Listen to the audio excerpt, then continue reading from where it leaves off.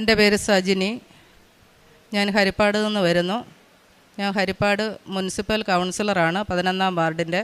ഞാനിവിടുത്തെ കൃപാസനം പ്രസാദമതം മാതാവിനോടും അതുപോലെ തന്നെ തിരുകുമാരനോടും ഈ വേദിയിൽ വന്ന് എനിക്ക് സാക്ഷ്യം പറയാൻ സാധിച്ചതിന് 1000 നന്ദി പറയുന്നു.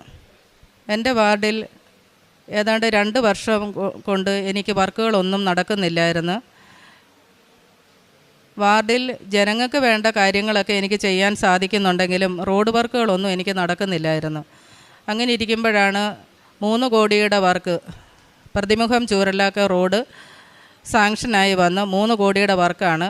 40 വർഷം കൊണ്ട് കിടക്കുന്ന റോഡാണ്. ആൾക്കാർക്ക് സഞ്ചരിക്കാൻ പോലും വയ്യാത്തൊരവസ്ഥയാണ്. പുഞ്ചയുടെ നടുക്കൂടുള്ള റോഡാണ്. ആ റോഡ് എപ്പോഴും വെള്ളം കയറുന്ന സ്ഥലമാണ് എൻ്റെ പ്രദേശം.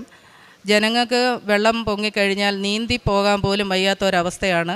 ജനങ്ങൾ എല്ലാവരും എന്നെ വിശ്വസിച്ച് എന്നെ ജയിപ്പിച്ച് ഞാൻ ഈ സ്ഥാനത്തെത്തിയിട്ടും എനിക്കൊന്നും ചെയ്യാൻ പറ്റാത്ത ഒരവസ്ഥയായിരുന്നു.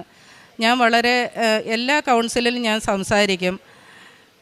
സംസാരിക്കുന്നെങ്കിലും എൻ്റെ ഈ കാര്യങ്ങളൊന്നും നടക്കുന്നില്ല. എനിക്ക് വളരെ വിഷമമായി. അതുവഴി ഞാൻ ഒരു പ്രാവശ്യം